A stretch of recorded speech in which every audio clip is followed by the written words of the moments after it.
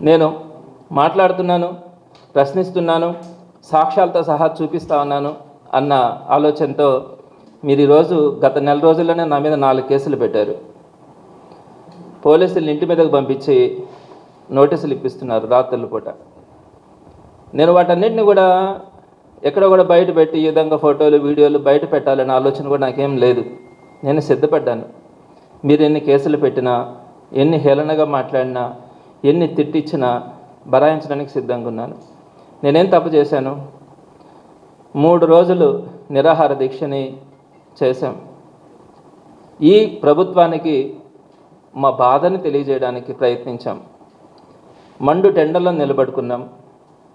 అక్కడ దీక్షతో చేశాం. ఒక కార్యకర్త తన బాధని వినిపిస్తూ ఒక పాట పాడడం కూడా జరిగింది. మీరు ఆ వీడియోని చూడండి. నేను నోట్లో నుంచి ఒక మాట రాలేదు, నా చేతుల నుంచి ఒక సైగ లేదు. కామ్గా వింటూ వారు పడుతున్నటువంటి బాధని విన్నానే తప్ప మానవతా దృక్పథంతో నేను ఎక్కడ కూడా ఆ పాటను కోరస్ ఇవ్వడం కానీ ఏదీ చేయలే. కానీ నన్ను ఎంత మాటలు అంటా ఉన్నారంటే అంత మాటలు అంటున్నది మీరు చూడొచ్చు. ఎవరెవరో మైకులు తీసుకొని వాడు ఈడు అని మాట్లాడతారు. నేను ఏ రోజు నా చిన్న పిల్లోడిని కూడా నేను వాడు ఈడు అని మాట్లాడను, సింగులర్గా కూడా సంబోధించాను. అలాంటిది ఈరోజు మీరు ఏం తప్పు జరిగిందని, ఏం చేశానని మీరు ఆలోచించండి. నిజంగా నా తోటి మనుషులకు కానీ, మనతోటి నివసించే వ్యక్తులకు కానీ ఎవరు మనోభావాలు దెబ్బతిన్నా, ఏం చేస్తున్నా నేను మనస్ఫూర్తిగా క్షమాపణలు చెప్పడానికి నేను సిద్ధం.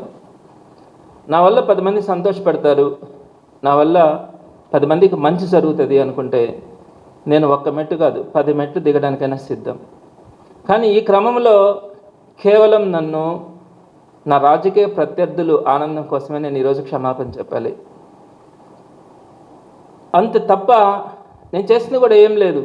ఒకవేళ గోవింద, నిరుద్యోగ భృతి గోవింద, ఆడబిడ్డ నిధి గోవింద, 50 ఏళ్ల పింఛన్ గోవిందా అని మాట్లాడారు అని అనే దాని మీదనే కదా నేను ఇప్పుడు అన్నానే. కానీ వాళ్ళు అన్న మాటని చెప్తున్నాను.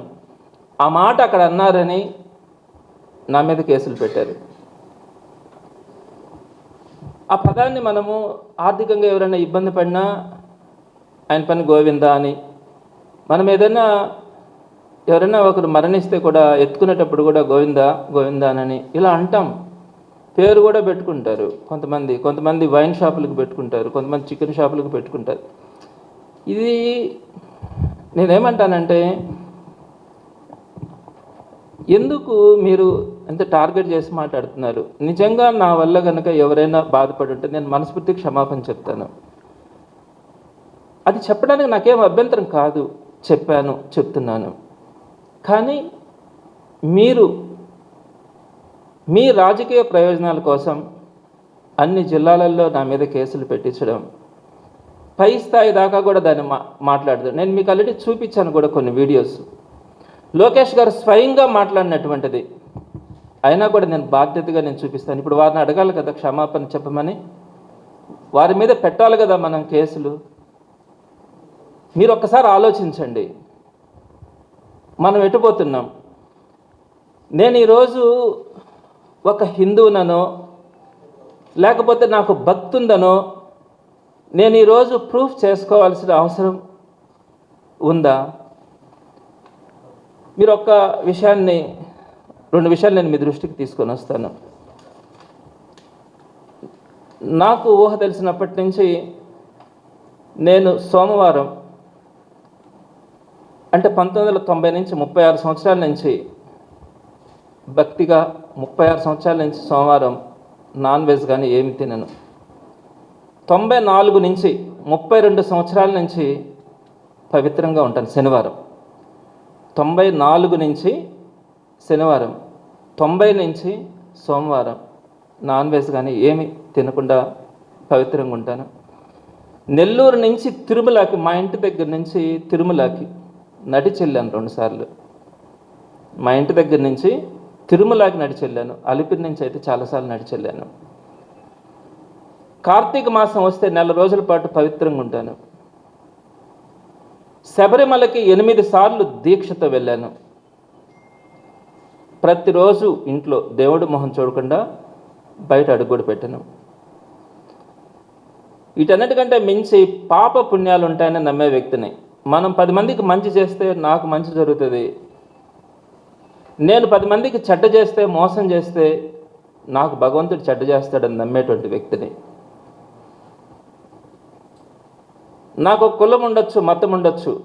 నాకు ఆ కులంలో పుట్టడం, నా మతంలో పుట్టడం నా చేతుల్లో లేనిది. నేను ఏ కులంలో పుట్టానో, ఏ మతంలో పుట్టానో భగవంతుడు ఇచ్చినటువంటి జీవితం అది నా ఇంట్లో ఉంటుంది. నేను బయట వస్తే మనిషిని, నాకు ఒక మానవత్వం ఉంటుంది. 10 మందికి మనం మంచి చేయాలని ఆలోచించే వాళ్ళం, 10 మంది బాగుండాలని కోరుకునే వాళ్ళం. నేను మీకు తెలుసు, నెల్లూరు రెడ్ క్రాస్ చైర్మన్గా ఉన్నప్పుడు కోవిడ్ సమయంలో ఎన్ని వేల మందికి భోజనాలు పెట్టినామో.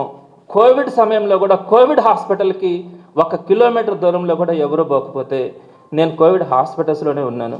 కోవిడ్ పేషెంట్స్కి సర్వీస్ చేసినాను. కోవిడ్తో చనిపోయిన వాళ్ళకి డెడ్ బాడీస్ని మాకు హ్యాండ్ ఓవర్ చేసి